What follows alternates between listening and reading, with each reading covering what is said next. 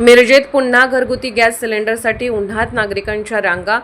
एकीकडे प्रशासनाकडून घरगुती गॅसचा पुरेसा साठा उपलब्ध असल्याचा दावा केला जात असताना दुसरीकडे मिरज शहरात मात्र नागरिकांना गॅससाठी मोठा त्रास सहन करावा लागत आहे। शहरातील अनेक गॅस एजन्सीमध्ये सध्या 10 ते 12 दिवसांचा वेटिंग कालावधी असल्याचे चित्र दिसून येत आहे। मिरजमधील इंडियन गॅस एजन्सी तसेच सुल्यान गॅस एजन्सी येथे मोठ्या प्रमाणावर नागरिकांना गॅस सिलेंडरसाठी प्रतीक्षा करावी लागत आहे। वाढलेल्या वेटिंगमुळे नागरिकांमध्ये नाराजीचे वातावरण निर्माण झाले असून अनेक ठिकाणी गॅस मिळवण्यासाठी झुंबड उडत असल्याचे पाहायला मिळत आहे। दरम्यान गॅसचा पुरवठा सुरळीत असल्याचा प्रशासनाचा दावा आणि प्रत्यक्ष परिस्थिती यामध्ये मोठा विरोधाभास दिसून येत आहे। त्यामुळे संबंधित विभागाने याकडे गांभीर्याने लक्ष देऊन गॅस पुरवठ्याची तपासणी करावी तसेच नागरिकांना तात्काळ दिलासा द्यावा अशी मागणी नागरिकांकडून केली जात आहे। आज माझ्या पाठीमागे तुम्ही बघत आहात LPG सिलेंडरसाठी नागरिकांची धावपळ ही कशी सुरू आहे। आज आपण इथं बघितलं तर 1200 वेटिंग आहेत। तर भारत सरकारने डिक्लेअर केलेलं आहे की LPG आणि पेट्रोल डिझेलचा पुरवठा कुठंच कमी पडणार नाही। असं असताना 1200 वेटिंग होतात कसे?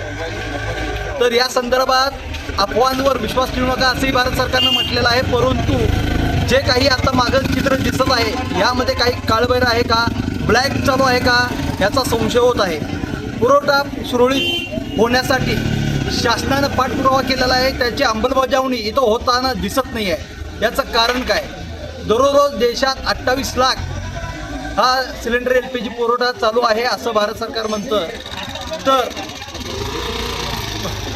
पण आज आपण इथं बघत आहोत की इंडियन गॅसच्या समोर लोकांची कशी गर्दी लागलेली आहे, त्यांची तारांबळ कशी उडलेली आहे। बुकिंग केल्यानंतर 15-15, 20-20 दिवस गॅस मिळत नाही आहे।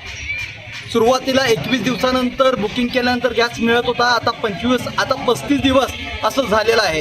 हा भोंगळ कारभार आता इंडियन गॅसचा समोर येताना दिसत आहे। याची कठोर कारवाई शासनाने करावी।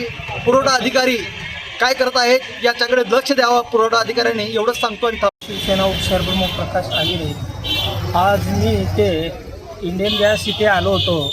लोकांना उन्हाचा तडाखा फार त्रास होत आहे। जर ह्यावर कोणी काही केलं नाही तर आम्ही आंदोलन करणार। या लोकांना DSC नंबर, हे नंबर, ते नंबर, लोकांची मुलं बाळं उपाशी मराल्यात आणि यांनी DSC नंबर हुडकत बसल्यात। जोपर्यंत याच्यावर कोण कारवाई करत नाही तोपर्यंत आम्ही ह्या इंडियन गॅसवाल्याला इथून पुढे उघडून देणार नाही। हे तुम्ही दक्षता घ्यावी। जय महाराष्ट्र। पुरवठा वितरणने आपण या गॅस वितरणच्या मागे लागावं, यांना विचारावं की यांची माणसं कुठं आहेत। लोक उपाशी माराल्यात, विनाकाराचे लोक उभारलेले आहेत, त्यांना काय कळत नाही आहे। जरा तुम्ही लक्ष घालावं।